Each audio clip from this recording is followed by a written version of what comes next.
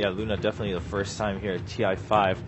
Winter, I mean, with the Luna there, of course, just rounding out the team fight, as you said, composition. But overall, how do you feel about that lineup versus EG's? I mean, both of them have their distinctive plans towards how they want to approach the game.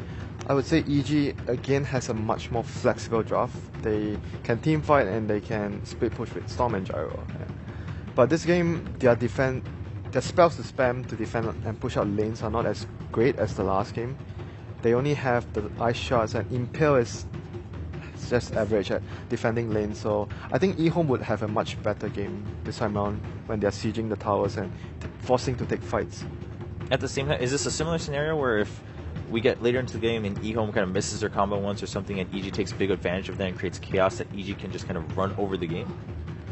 And we've had that happen with quite a few other matches. I think their lineup's also like pretty decent with BKB, and EG's is vulnerable to mass BKBs, so I don't think they'll run into as many problems. Yeah, and this draft is much better overall. Yeah. All right, well, let's find out. It is Game 2 between EG and eHome. Because eventually the Rubik and the Winter Wyvern are going to leave. So if you just go and gank YJ, right, who I've only seen play like Razor this entire tournament, if you think about it, right, then it's such a weak hero early game. Like, you have to abuse it really early on. All right, well, welcome into the mainstream. Evil Geniuses versus eHome, game number 2. Blitz and I were talking about it, and we really feel like eHome, if they could just clean up their game a little bit, we could have a very epic game on our hands here. But that's kind of what we've been saying the whole entire time, right, is that eHome seemed to look near flawless in some of their early game where they have this plan, they're executing it very well, and then they just seem to make very simplistic mistakes.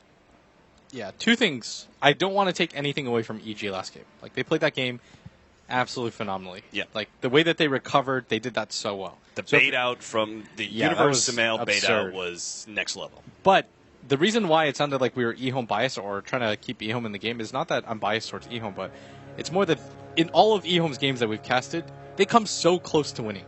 Like, they play really well, and then something just seems to slip. It almost feels like they're a top-tier team for the first 15 minutes, and then something in them just mentally breaks. Yeah. And it's just disappointing to see. And also you can tell in a lot of games that eHome are facing up against, they are struggling to keep up or stay ahead, right? Like, the natural resting phase a lot of the times results in teams just being able to slowly but surely get ahead of eHome via out-farming them. Yeah, so EG, absolutely dominant. I think in general, the way that we focus our cast for people that are just tuning in is we still want to make the game closer, at least be able to praise both teams equally, if not try to highlight some of the things that the losing team is doing well, despite their loss. But Sumail versus CTY mid, I'm really excited to see this just because I don't know how Sumail's possibly going to win this lane. Like, in my opinion, this just isn't a winnable lane, and I'm really surprised that eHome was willing to give Sumail Storm, because that's the third time I think I've seen eHome lose to Storm. It seems like it's a hero they struggle with, but they must feel really supremely confident in CTY's ability to beat him mid. I mean, it is a quite one-sided matchup, right? I mean, most of the intelligence mids that face up against Leshrac are naturally going to lose. This is Storm Spirit. He has no escape mechanism. So Leshrac is just going to be able to spam out a lot of lightning bolts, and they will always bounce to Sumail because whenever you're up against Leshrac, it's all about the mid vision, right? Especially during the nighttime phase, CTY is just going to be able to spam out lightning over and over again. It just like will constantly bounce to Sumail because he's got vision over the cliff, even during nighttime. Yeah, he actually just narrowly misses that stun, and if it had connected, CTY probably would have walked away with the first blood, but part of the problem, too, with Storm, I guess, is just the low amount of move speed that you have makes the Lightning Storm even more powerful, but that's my always 1 minute analysis of Storm in the very beginning of games where he's picked. And focusing on the other lanes, Universe at top, I think PPD actually went over there and helped him. And if you look at this mid lane, too. So here's what he did. If you look at the Tier 2 tower area, Tuskar can actually sit here and be able to throw ice shards look at in a PPD. circle.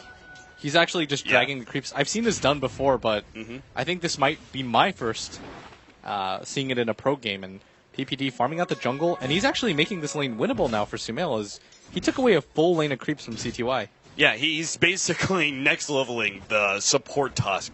He gave Universe a pretty decent lane. Unfortunately, he's going to die now, though. That's going to be our first blood. Goes to DDC. We'll grab his boots up. So it looks like Universe just a bit too far forward. But he set up the lane for the creep equilibrium to push forward very early on, and now he's actually helping to win the middle lane. So this is probably why EG felt maybe a bit confident about the Storm Spirit versus Leshrac matchup, because they have this sort of ace in the hole. Yeah, this is really neat. I like that. It's one of the ways to deal with Leshrac. And if you can actually get any sort of stacks up for Sumail, it would help a lot. But kudos to PPD for being able to actually pull it off. And in this mid lane, Lanem looks like they want to push the lane in, but PPD is just waiting. I think he actually senses that something's going to happen, and he's going to run into the Rubik right here. But this shouldn't mean a kill or anything like that, but it does mean that PPD may just walk him out here. Yeah, he'll get some more right clicks. Lanem just buys himself time with the telekinesis. There is still the snowball. Maybe PPD can actually pick up the skill, especially when he gets in front of Lanem for another extra right click. A snowball? No, he decides against it. CTY is there, ready to go with the splitter, and that would just be a bit too dangerous. Yeah, and this top lane, Universe still has to be careful because Winter Wyvern, the Arctic Burn, deals so well with most offlaners, and the amount of damage that your Luna can pump out with just the Lunar Blessing by being alive is quite a lot. So he does have to be fearful of this, as he even pops the spike to Carapace to try to avoid some of the damage, but 2 of those hits alone, taking out nearly a 5th of his HP, and ROTK, meanwhile, at bottom, is doing a pretty good job at bottom. Yeah, he's had to deal with a Skywrath Mage spam, but seems he's brought enough reach in to be able to position himself very forward in lane, and because of the fact that Tusk is doing this, kind of really interesting pull scenario, as you can see it right now, exactly how it works. Looks like it does kind of bug out. Looks like the Centaur was still trying to come forward, but the Ice Shards just weren't on the perfect position. Either way, because they don't have an actual stun here in the bottom lane, the Darkseer just has to bring regen to deal with the Skywrath Mage's damage, and then he's fine. There's not much killing potential, just harassment. Yeah, Universe is being zoned out really heavily in this top lane right now. DDC and YJ are just doing such a good job of forcing him out of this lane and making him uncomfortable, but they are going to push out the lane. This is what happens. The Luna just has such high base damage that CSing for her is so easily done, and it's just going to kill the creeps a little bit faster than you would like, and Universe is going to grab his level 3. And meanwhile, at bottom, ROTK just continues to get levels. He almost has a Soul Ring, and once he does that, I don't actually think he has to be in this bottom lane anymore. He can probably just go to the jungle camp. Because yes, you can disrupt some of the Gyrocopter's farm, but it probably isn't worth it at the risk of your own farm.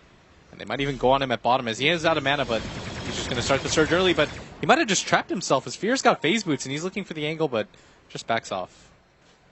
Put a little bit of pressure, I guess, assuming that RTK was going to be able to get away. They also could have bought maybe a TP scroll from the side shop and gotten out that way. But he'll just pop a couple more surges, getting on back to base. Back over to our middle lane. CTY's 27, 28-4 now, compared to the 23-3. Considering this is a matchup that's favored to the Leshrac, this is a very even CS.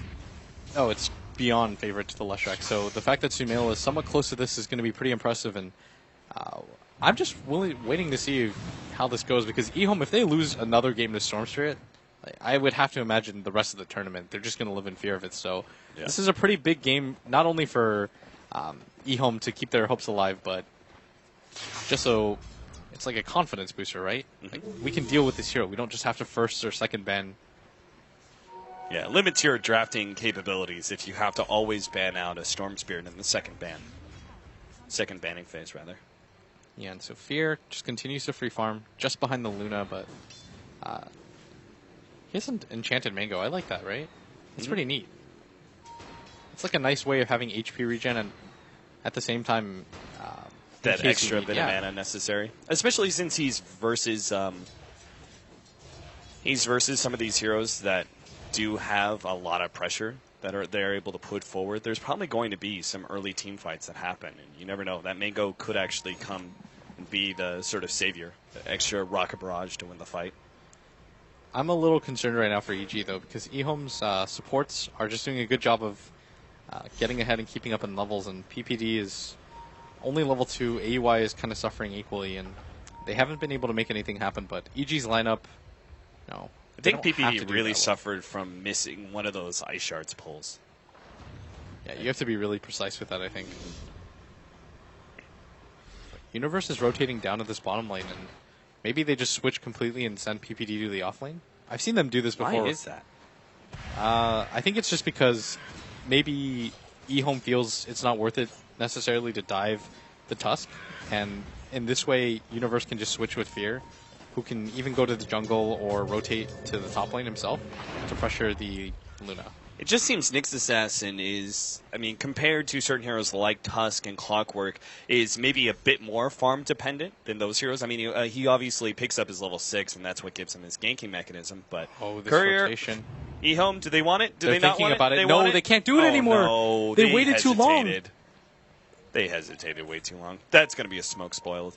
They do get to see some of these stacks, though, and they can actually farm it up. I mean, they've got the Lightning ready to go. They also have the Winter Wyvern and Splinter Blast, so they're going to go for it. Meanwhile, top lane, we do have a 3-man smoke. We'll see how that goes as eHome clear through stacks. This is what I was talking about in the very beginning of the game. I don't know if they switched to us in time, but Luna's such a weak hero that you can just rotate in and kill her, and she's not even going to have enough time to pop anything. Nope. Immediately taken out by the Snowball, and silenced up as well, unable to get off that ultimate. It's funny thing is, like, YJ was backing up at the right time, too, so they actually are just making a full-on lane switch. That's what they're doing. So they're putting Universe now at the bottom lane, and with that, obviously, smoke up, they transfer their tri-lane to the top lane to put pressure on Luna. Universe, smart TP out, it seems. That failed smoke by eHome just had so many ripple repercussions for EG. Because if they had been able to kill the Gyrocopter there, then maybe he isn't able to go to that top gank where they kill the Luna and it slows down EG even more. Right. And they're able to get some control on the map, and they force somebody down to help out Fear. But it was just weird because they had the opportunity to get the Courier, and then they decided to go for it after it's past them, over the tree line. Like, they'd all have to hit it twice for them to be able to get that, but indecision is a killer. Yeah, they just had to go for it or not. I think they probably could have killed Fear if they hadn't done that, but it's not going to matter. They should be able to trade towers here, but still, it's those little things that kind of separate you from the top. Yeah, it's why the reason we're really pointing it out is these things specifically is what has oftentimes gotten eHome behind when they're actually playing usually a very even and crisp, clean game. Play smart than just one or two execution mistakes. Our TK now has his level 7. Evil Geniuses have been clearing through the enemy jungle, though, with the regeneration of some mail. He's got a decent amount of farm. Looks like he's going to be going for the Orchid first. Makes a lot of sense versus the Leshrac, obviously. Yeah, they're actually all grouped up here at top, and Fear, he's not really afraid. There's not a whole lot that can burst him down where PPD and AUI can rotate in to help him, and they're even going to slow down the push at top by dragging the creeps over, and it's just going to get AUI as level 5, get PPD some much-needed experience. There are some rotations out from eHome up to this top lane now, but Fear is already backing himself up. He's going for a rather stat-heavy build. Phase Boots, Ring of Aquila, and the drums all being committed for with the Magic Wand on top. Alright, so they just smoked S3. Sumail doesn't have the best mana pool to work with, but it shouldn't matter. They see a lot of heroes already, thanks to this ward, which Lanham just countered. Still looks like they're going to go for CTY first. DDC does not have the ultimate to counter. He just has the Cold Embrace, so... They're waiting for him to push up a little bit more, and EG's prepped for this, but it does look like eHome have an understanding of what's going on, especially when they decided to deward that ward, but Sumail just might want to walk away with DDC at the very least. Yeah. Smoke, not the hero they really wanted, but it's something they just have to content themselves with. It's better than the eHome Smoke, which missed the Courier, I suppose. Yeah, you get away with something at that point. The hope is that you kill the Leshrac, further slow down his Bloodstone, but if not, getting a support is better than nothing here. EG, they've taken control of this top lane pretty heavily, but it does leave the rest of the lanes open, and if you notice that YJ realizes that the safest place on the map is the enemy jungle, and this is the correct